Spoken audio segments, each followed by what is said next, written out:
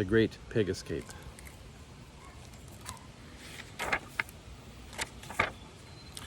Bert and Ethel lived on a small farm. They grew the best lettuce, peas, tomatoes, corns, and turnips for miles around. One day, when they were out hoeing weeds, Bert said, "I've been thinking we should raise a few pigs." "Sounds like trouble to me," said Ethel. "I'd rather stick with turnips."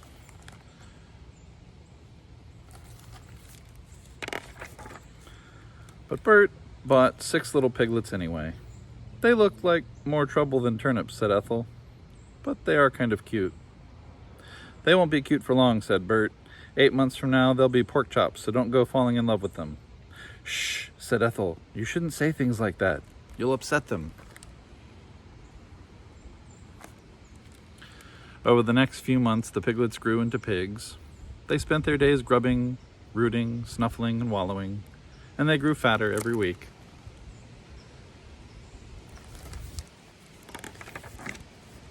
One day, when the pigs were slurping up their slop, Bert said to Ethel, "I think these pigs are big enough to sell at the market tomorrow." "Shh," said Ethel. "They'll hear you." Sure enough, the pigs stopped slurping. "Ree," said one.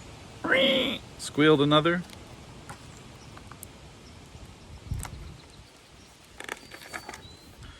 That night, there was a lot of oinking in the pig pen. "What's got into those pigs?" grumbled Bert. "Sounds like they're planning something," said Ethel. "Don't be ridiculous," said Bert.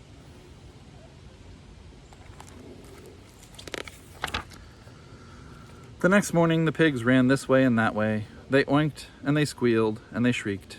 Bert and Ethel had to ask the neighbors to help them load the pigs into the back of the truck. "Where did you put that bolt that locks the tailgate?" panted Ethel. "On the ground," puffed Bert. "I don't see it," said Ethel.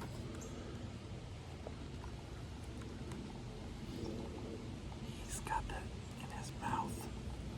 Snout, whatever. No one could find the bolt. They had to tie the tailgates together with rope. Then Bert and Ethel got into the truck, rolled up the windows, and turned on the radio so they couldn't hear the oinking and squealing and shrieking. They also couldn't hear the pigs chewing on the rope.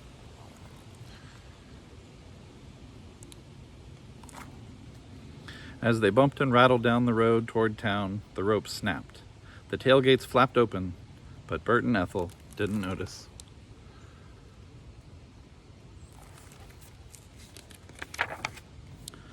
At the edge of town, Bert and Ethel stopped for gas at Thelma's garage. The radio was still rocking and rolling and wailing, and the pigs were still oinking and squealing. No one noticed when 2 pigs scrambled from the back of the truck and scooted under a nearby fence.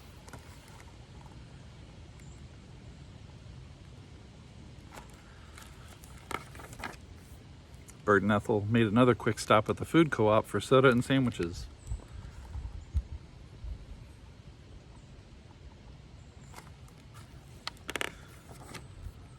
On the other side of town, Bert and Ethel had to stop at a train crossing while a long, long freight train clattered by. "It's going to take all day to get these pigs to the market," grumbled Bert. "Maybe you should check on them," said Ethel. "No need," said Bert. "I'm sure they're fine." Silly Bert.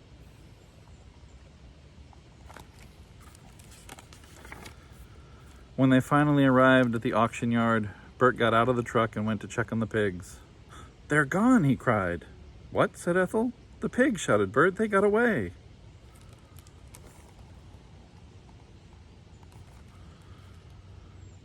He jumped back into the truck and they hightailed it back down the road to look for the pigs.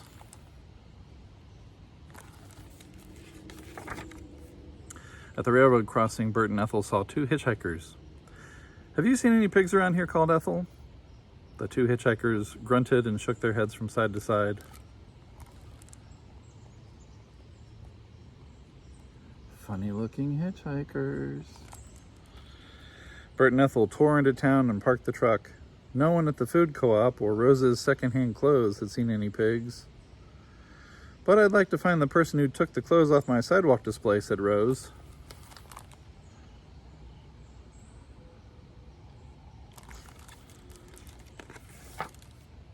Bert and Ethel searched up and down Main Street.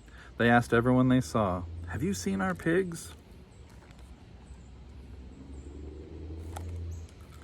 Ethel stopped at Thelma's garage.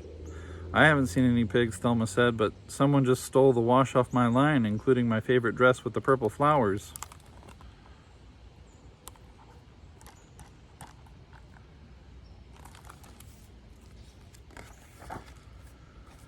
Bert met the farmer from over by the railroad crossing. I haven't seen any pigs, said the farmer, but I'm looking for the scoundrel who took the clothes off my scarecrows. Pretty soon, people all over town were helping look for the missing hats, pants, dresses, shirts, and pigs.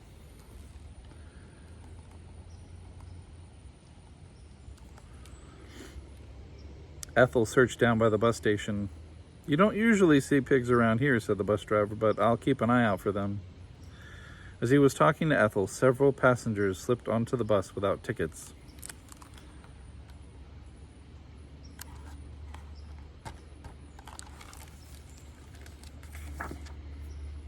No one could find the hats, pants, dresses, shirts, or pigs. How can 6 pigs just disappear, groaned Bert. I told you they were planning something, said Ethel. Impossible, said Bert. They're only pigs.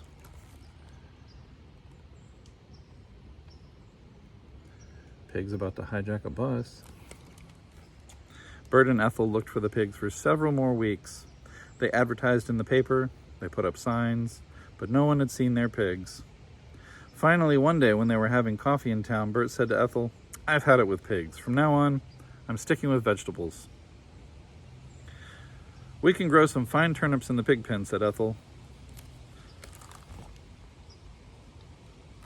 Then, one day, several months later, the post office received a large box from Florida addressed to the people missing hats, pants, dresses, shirts, and pigs. Bert and Ethel hurried down to the post office.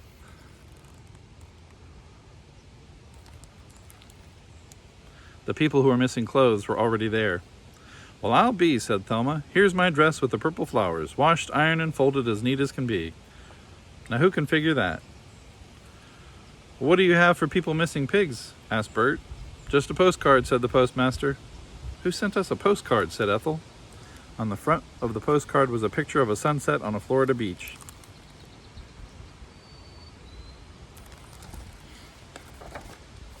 On the other side it said, for Bert and Ethel.